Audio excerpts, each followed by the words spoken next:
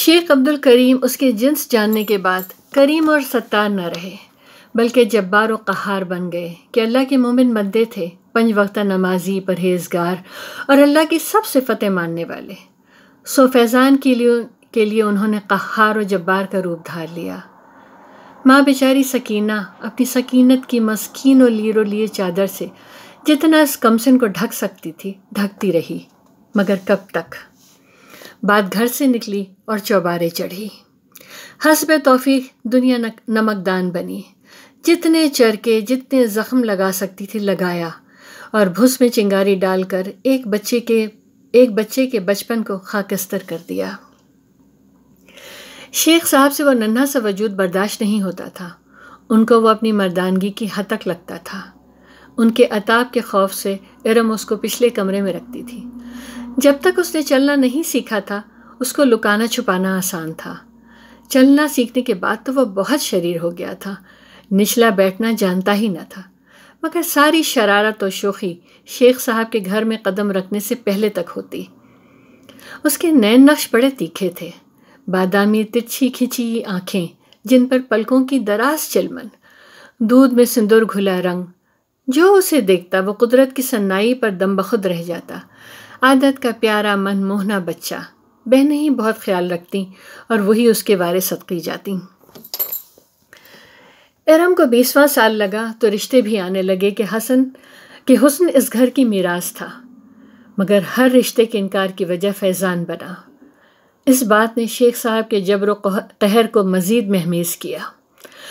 ان کی فیضان سے نفرت بڑھتی چلی گئی، اور دوسری قیامت یہ تھی کہ ہجڑوں کی بستی میں فیضان کے حسن کی خبر جنگل کی آگ کی طرح پھیل چکی تھی، اور آئے دن کوئی نہ کوئی گرو یا خان ان کی چوکھٹ پر دست سوال لیے کھڑا ہوتا اور محلے والوں کی تمسخرانہ مسکراہٹ جلتی پر تیل ڈالتی۔ شیخ صاحب جلبلا کر اس ننھی سی جان کو دھنک کر رکھ دیتے۔ وہ ہنستا کھیلتا بچہ مرجھانے لگا تھا۔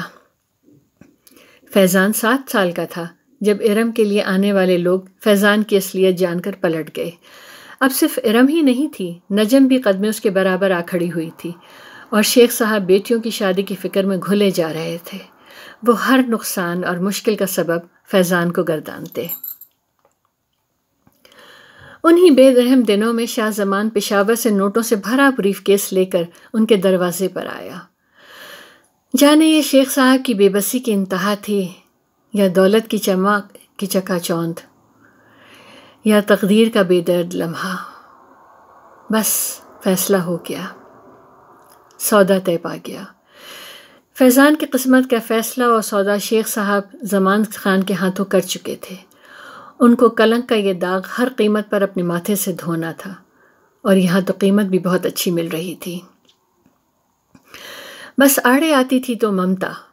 اب ممتا کی مصیبت یہ ہے کہ وہ عورت کے پنجر میں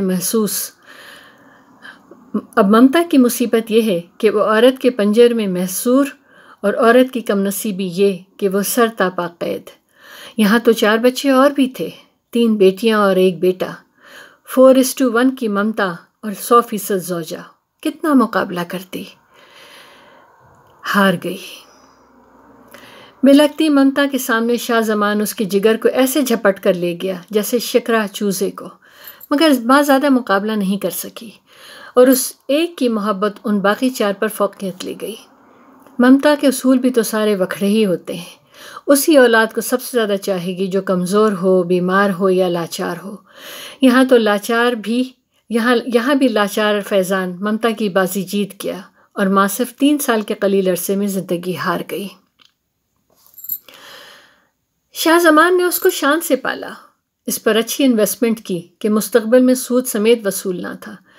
پھر ایسا ہی ہوا، برفی کے مجرے کی کمائی سے اس نے اپنی شان و شوکت کو دوبالا کیا۔ فیضان پچھلے 6 سالوں سے اپنے چاہنے والوں کی دل بستگی کا سامان کر رہا ہے۔ کسی بہت شاندار کارکردگی کے نام کے طور پر خوش ہو کر شاہ زمان نے حاتم طائی کی قبر پر لات ماری اور کہا، مانگ، کیا مانگتا ہے؟ اس بے بس نے ماں کی جھلک مانگی۔ وہ محافظوں کے ساتھ کراچی بھیجا گیا، مگر اب اس گھر کے مکین اور لوگ تھے۔ شیخ عبد الکریم بیوی کے وفات کے بعد گھر بیچ کر کراچی کی بھیڑ میں گم ہو گئے تھے۔ ماں کو آس تھی کہ لخت جگر لوٹے گا ضرور، سو وہ انتظار میں وہیں پیوند خاک ہوئی۔ اب وہ گورکھن کے ہاتھ پر 5000 کا پتہ دھر کے ماں کی ڈھیری کی زیارت کر کے آزردہ بیٹھا ہے۔ بلکتا ہوا 17 سالہ فیضہ نہیں بلکہ وہی 7 سال کا فیضان۔ اگلے 2 دن وہ مجھے قبرستان کے دروازے سے لگا کھڑا نظر آیا۔ میں نے پوچھا تم دروازے پہ کھڑے ہو کر کیوں فاتحہ پڑھتے ہو؟ قبر کے پاس کیوں نہیں جاتے؟ کہنے لگا نہیں باجی، میں نجس ہوں، میرا وجود اس لائق نہیں کہ میں قبرستان یا مسجد کی چوکھٹ پھلانگ سکوں۔ میرا دل کٹ گیا۔ ہم ظالموں نے اپنی کاملیت کے زام میں اللہ تعالیٰ کی اس بے بس مخلوق سے باعزت جینے کا حق ہی چھین لیا ہے۔ ان لوگوں کے لیے جسم فروشی اور بھیک کے علاوہ زندگی کرنے کا اور کوئی راستہ چھوڑا ہی نہیں۔ مجھے اچھی طرح سے اپنے بچپنے کے صادق چچا یاد ہیں، جن کا تعلق بھی اسی تیسری جنس سے تھا۔ وہ ہم لوگوں کے سامنے والے برکت چچا کے گھر میں ڈرائیور تھے۔ برکت چچا کا گھر بہت باپردہ تھا۔ ان کی تینوں بیٹیوں کو اسکول سے لے جانے اور چھوڑنے کی ذمہ داری صادق چچا کی تھی۔ برکت چچا کے گھر صادق چچا کی بقیہ ملازمین سے زیادہ عزت و تکریم کی جاتی تھی۔ وہ شام میں واپسی سے پہلے اکثر ہم بچوں کو کہانیاں بھی سناتے تھے۔ ان سے کبھی ڈر نہیں لگا اور نہ ہی محلے والوں نے ان سے اچھوتوں جیسا سلوک کیا۔ میرے بزرگ بتایا کرتے تھے کہ حرم پاک اور مسجد نبوی میں پانی پلانے کی ذمہ داری اسی تیسری جنس کے سپرد تھی۔ مسجد نبوی کی صفائی اور دروازے کو کھولنے اور بند کرنے کی ذمہ دار بھی یہی مخنث لوگ تھے۔ پرانے زمانے میں بادشاہوں کے ذاتی محافظ بھی یہی لوگ ہوتے تھے۔ ہم لوگ ان بے کسوں کو جانوروں سے بھی کمتر گردانتے ہیں۔ خبیث ذہنی بیماروں نے ان کو تفریح کی شے بنا ڈالا ہے، ان کی عزت نفس کو پامال کر دیا اور زندہ اور متحرک انسان کو انسانیت کے درجے پر فائز رکھنے کے بجائے عزلت کی پستی میں دھکیل دیا۔ اللہ تعالیٰ کی بے بس مخلوق کی اس قدر تحقیر۔ اللہ تعالیٰ کو تو اپنی ساری مخلوق بہت عزیز ہے۔ وہ کریم تو سب کا خالق و رب ہے۔